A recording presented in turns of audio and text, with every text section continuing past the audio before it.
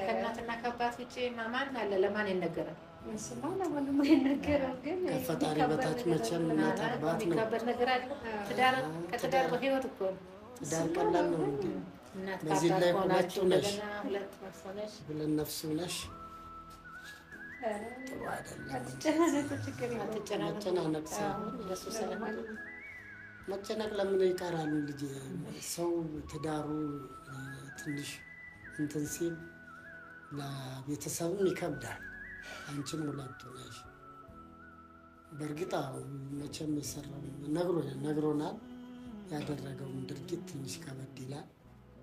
ቢሆንም ሰው መቼም ለሰው እረዳለሁ እሱ በቅንነት ነው ሁሉም ነገር አደርጋለሁ ያለው። ግን እኔ እንደነገረኝ ከሆነ በጣም ነው የተሰማኝ። በጣም ውስጤ ትንሽ ተጎድቷል።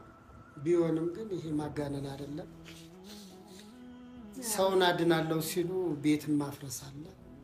አሁን ደግሞ ልጅ መቼም ከኛ የምትወጪ አይመስለኝም።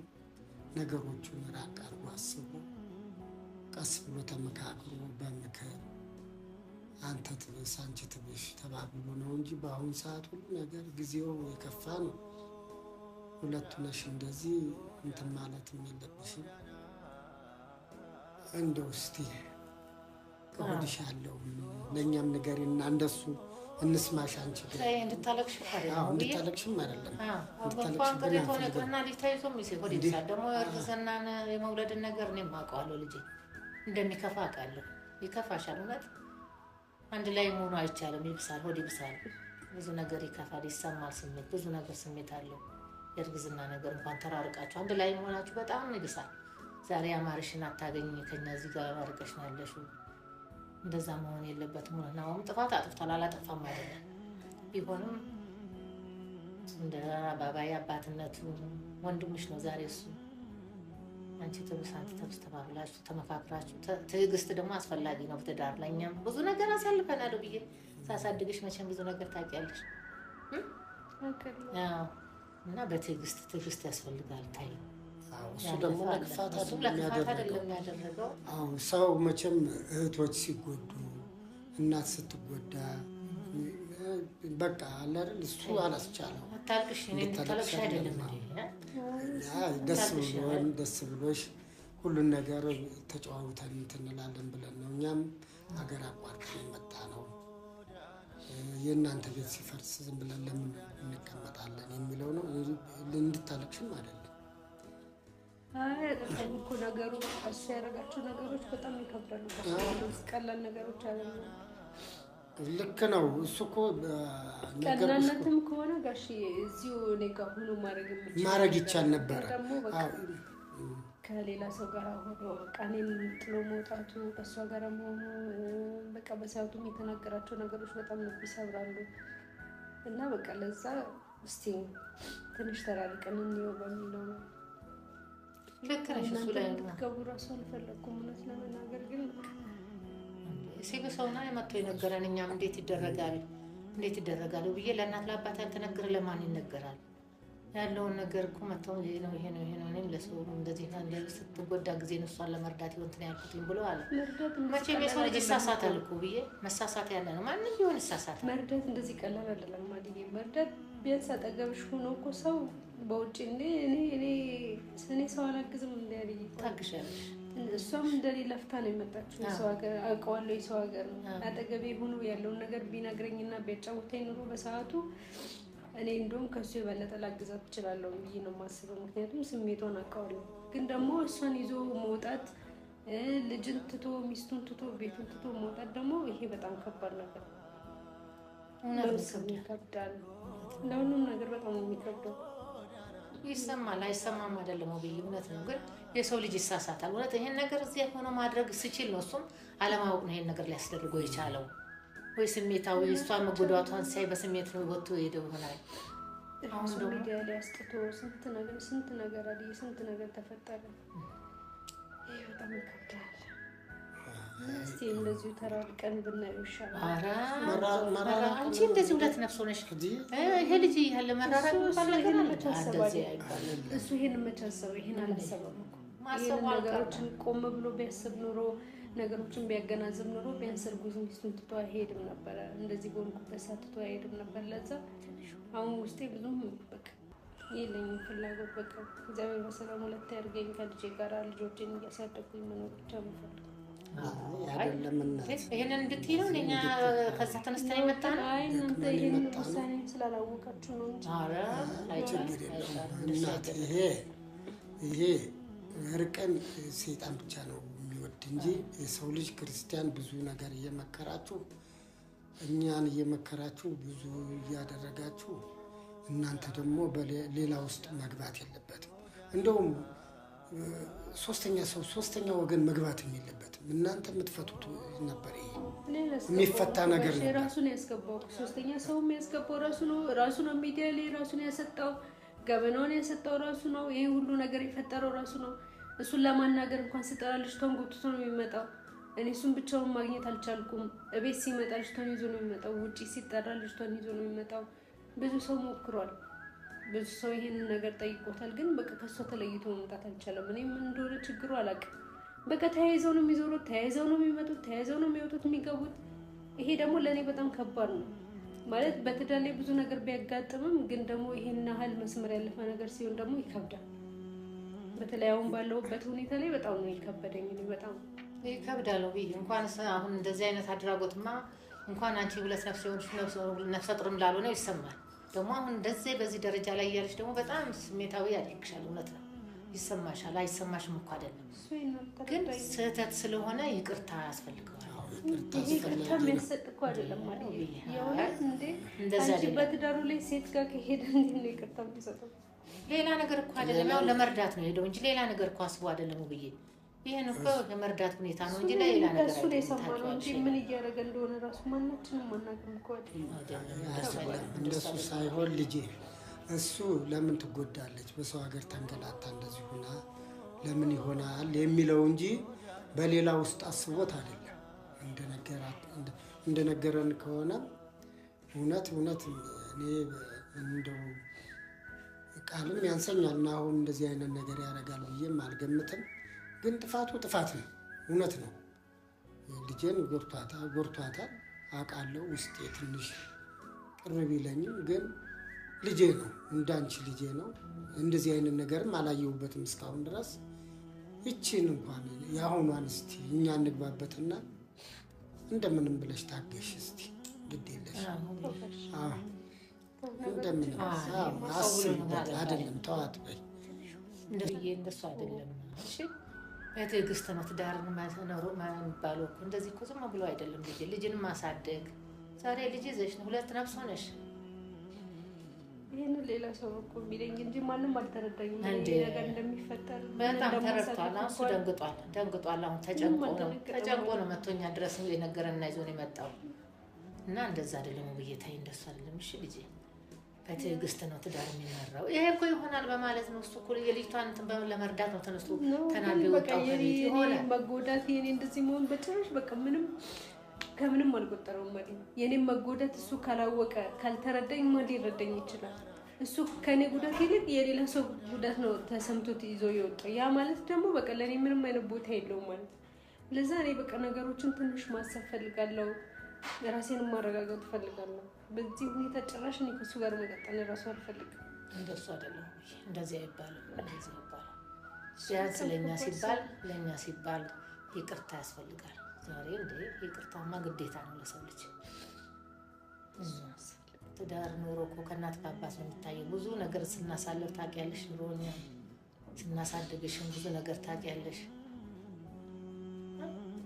ቢሆንም ይብስሻል። ሳይብስሽ ቀርቶ ነው አይደል? ሁለት ነፍስ ሆነሽ እንደሚከብድ አውቃለሁ ብዬ አልተከፋሽም አይደል? መከፋትሽን አውቃለሁ እኮ እኛ ራሳችን ከፍቶናል። ይሄን አድራጎቱ ልክ አይደለም። ግን ናውም እንደዚህ አይነት ሰው ነው ብዬ አስቤ አላውቅም። እንደዚህ አይነት ነገርም ጥፋት ያጠፋል ብዬ ደግሞ አላስብም። እኔ ፈሪሃ እግዚአብሔር ያለው ልጅ ነው ናውም፣ ቀላል ሰው አይደለም። እግዚአብሔር በእውነት እስቲ ነገሮችን ቀስ ብዬ ቢያንስ እስከምገላገል ድረስ ራሴን ላዳምጥ፣ ራሴን ትንሽ ማረጋጋት አለብኝ። ለዛ በቃ ትንሽ እሱም ከአጠገቤ ቢርቅልኝ ይሻላል። ይህ ስሜቴም እስከሚጠፋ ድረስ አሁን እንዲሆን ጭራሽ አልፈልግም። እንደዚህ አይደለም ልጄ። እኛም ደክመን መጣን። እንደዚህ ዝም ብለን መሄድ የለብንም። የሆነ ተስፋ እንኳን ይዘን መሄድ አለብን። እንድንጸልይ እንደ የሆነ ነገር እንኳን ማድረግ አለብን። እንዴት አቆጥሮ አይደለም እግዚአብሔርም አይቀበለንም። ልጅ እኮ አጥፍቷል እኮ እውነት ነው። ልክ ነሽ። አጥፍቷል ሳይሆን ቢያንስ እንኳን እየተሰማኝ ያለውን ስሜት ማጥፋት ፈልጋለሁ ከውስጤ። አሁን ከመጣ እንደድስ ነው ያ ነገር እየተሰማኝ የምቀጥለው። ለዛ ትንሽ ራሴን ማረጋጋት፣ ትንሽ ሰላም ማግኘት ፈልጋለሁ። አንድ ላይ ስትሆኑ ነው ሰላም የሚመጣው እኮ እናት። ብቻሽን ሆነሽ ልጅ ይዘሽ በሆድሽም ይዘሽ እንዴት ተደርጎ ነው እንዴት ብለሽ እንትን የምትይው? ጥሩ አይደለም። እንግዲህ መጨረሻዬ እንደዚህ ከሆነ ምንም ማድረግ አልችልም። ምንም አይደለም። መጨረሻዬም እንደዚህ አይሆንም። ለምን ይሆናል? እኛ ልጁን እንቆጠዋለን፣ መክረዋለን። ልጃችን ነው። እንዳንቺ ከአንቺ ለይተን አናየው መቼም ልጃችን ነው። እኔ ናሁም እንዲህ ያደርጋል ብዬ እኔ አልገመጥኩም፣ አልጠበቅኩም። መቼም ብንከፋም ብንቀየምም ምንም አይደለም። እነኚህ ልጆች በመሀል አሉ። ይህ ልጅ ባለ እንደገና በወዲሽ ይዘሻል። እግዚአብሔር እስከምትገላገይ ድረስ አንድ ላይ ሆናችሁ ሁሉን ነገር በይቅርታ ሁሉ ነገር ይታለፋል እኮ እናት። እንደ ይቅርታ ልቦናማ መኖር አለብን። ምንም ይሁን ምንም አይደለ። የሰው ልጅ ይሳሳታል እንዴ።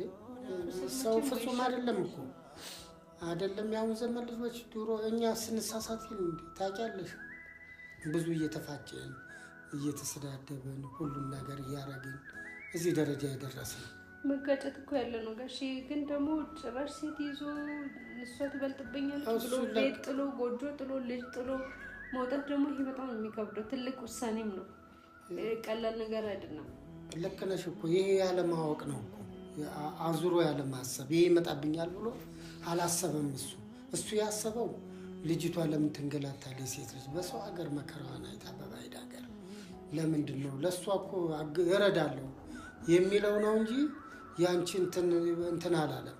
ገብቶሻል? ለዚህ ነው እሱ የተሳሳተው። እንዴ ሁላችንም እኮ ተቀይመናል። ሁላችን ውስጣችን ተቀይሟል። ግን አርጎት ስለማያውቅ የመጀመሪያው ስለሆነ ማለፍ አለብን፣ መተው አለብን። በቃ መመካከር ነው። እንደዚህ ማጥበቅ የለብሽም። እንድታለቅሽም አይደለም እኛ እንትን የመጣ ነው እና በሰላም በፍቅር ነገሮችን ተመካክረን እንድንፈታ ነው። እንዳባትም እንደ ልጅም ተመካክረን ነገሮችን እንድንፈታ እንጂ እንድታለቅሽ እንድትጎጂ አይደለም። እንባም እንዲወጣሽ አንፈልግም። ነገሮቹ ከከበዱ እኮ ችግር የለውም። ምንም እንትን የሚል ነገር የለም። ግን ነገሮቹን ቀለል አድርገን ማየት አለብን ነው የሚለው ያለን ልጄ።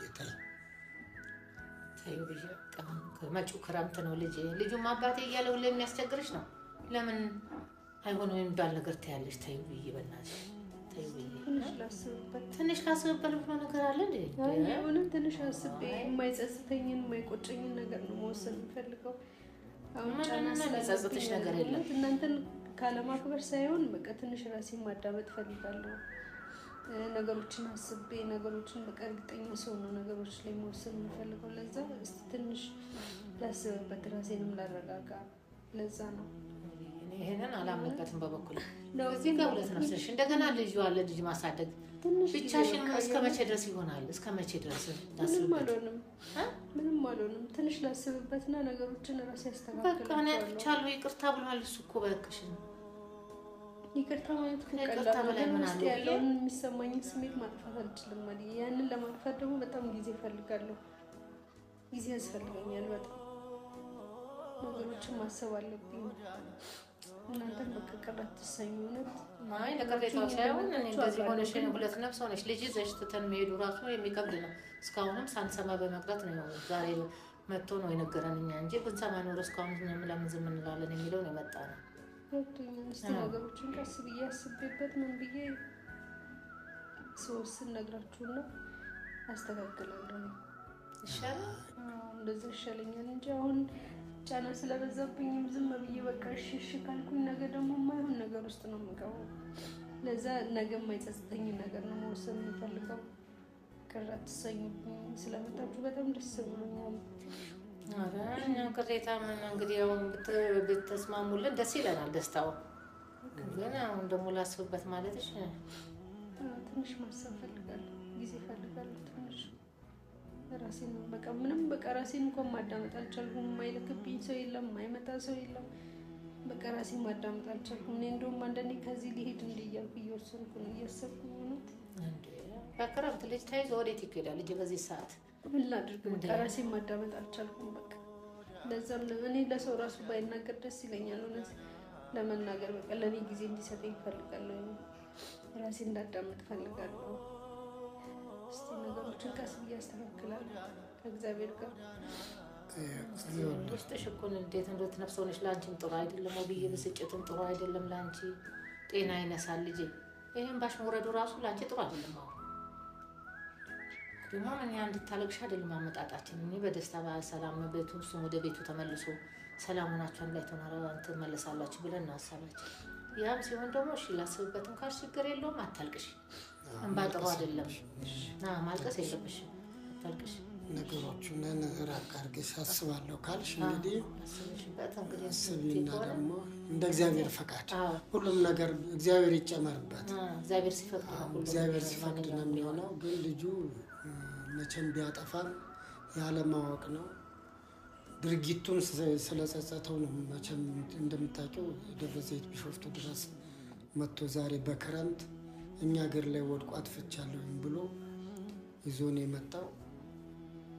እርቅ ለእግዚአብሔር መልካም ነው። እንድታለቅሽም አንፈልግም እኛ። አሁንም ጊዜ ስጡኝ ካልሽ እንደው ሳታርቂ የተወሰነ ጊዜ አስቢበትና ሰሞኑን ደውይልን፣ እንመጣለን።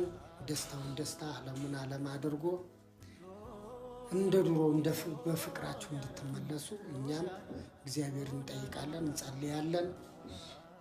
እግዚአብሔር ከእናንተ ጋር ይሁን። መድኃኔዓለም እሱ ያስባችሁ፣ ሰላሙን ይመልስ።